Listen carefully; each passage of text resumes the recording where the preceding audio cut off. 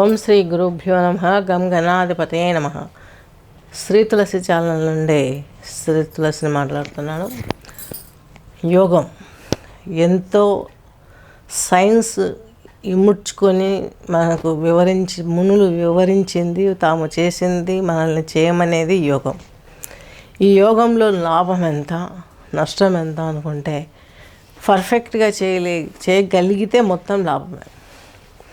అలా పర్ఫెక్ట్గా చేయకుండా వదిలేసామో పర్ఫెక్ట్గా నష్టమే. ఇంత డెప్త్ అయిన సబ్జెక్టు, ఇంత దగ్గరైన సబ్జెక్టు. ఈ సృష్టిలో 84 లక్షల జీవరాశి ఉందే 84 లక్షల ఆసనాలు ఉన్నాయి. ఒక్కొక్క జీవి ఆకారమే ఒక్కొక్క ఆసనం.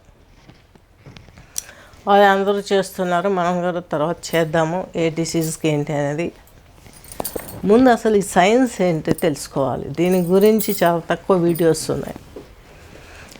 ఈ సైన్స్ అంటే అసలు యాక్చువల్లీగా ఇప్పుడు చూడండి, మోకాళ్ళు వంచి కూర్చోబెట్టారు, నిల్చున్నారు. మోకాళ్ళు వంచాల్సిన అవసరం ఏమొచ్చింది?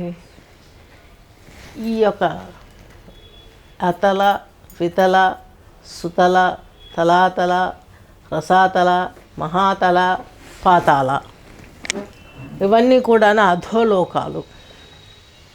అంటే నాగలోకము, మత్స్యలోకము, అలాగే పితృదేవతల లోకము, ఇలా ఒక్కొక్కటి ఒక్కొక్క లోకాలు ఉన్నాయట. అధలోకాలు అంటారు. జీవుడు ఉన్నతంగా ఆలోచించాలి. అంటే మనం ఉన్నతంగా ఆలోచిస్తే కింద లోకాలకు, అంటే లైఫ్ జర్నీ అంతా మనము తమోగుణం అంటే ఏంటి? పులిసిపోయిన ఆహారాలు తింటూ, ఎక్కువ పైచాచికంగా పీల్చుక తినే వాళ్ళ సహవాసాలు చేస్తూ, మన జెన్యున్ ఉండాల్సిన మైండ్ సెట్ను తారుమారు చేసుకునే సర్కంఫరెన్స్లో మనం ఉంటూ జీవితాన్ని లాగించినామంటే ఈ మూలాధార చక్రం నుండి ఒక్కొక్క స్టెప్ దిగుకుంటూ కింద పాతాళం వరకు వచ్చేస్తాం. యాక్చువల్లీ పాతాళం కూడా కింద ఇట్లా వంపినట్టు ఉంటుందండి. మామూలుగా స్ట్రైట్గా ఉంటాడు మనిషి, కూర్చొని ధ్యానం చేస్తూ ఉంటారు. ఈ లోకాలు ఇవి, ఈ 7 లోకాలు ఇవి. అధోలోకానికి వెళ్ళిపోతాం అన్నమాట. ఇక్కడి నుంచి మూలాధార చక్రం నుంచి అతల, వితల, నెక్స్ట్ సుతల, తలాతల, రసాతల, మహాతల, పాతాళ లోకాలకు వెళ్ళిపోయి అక్కడి నుంచి నీచమైన జన్మలు ఎత్తుతాం. ఏ నల్లిగానో, పాముగానో, కప్పగానో, ఇలా మన జీవరాశులలో కొంచెం అధోలోకాల నుంచి డైరెక్ట్గా నీచమైన జన్మలోకి వెళ్తాం.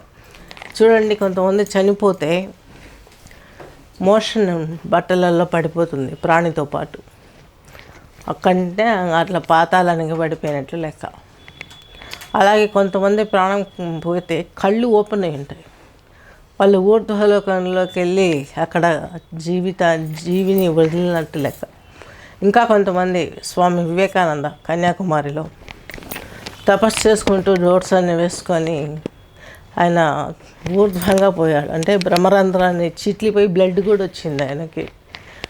అలా ఈ పైలోకాలకు వెళ్ళినప్పుడు, తపస్సు లోకాలకు వెళ్ళినప్పుడు అలాంటి సిచ్యువేషన్స్ మనం ఫేస్ చేస్తాం.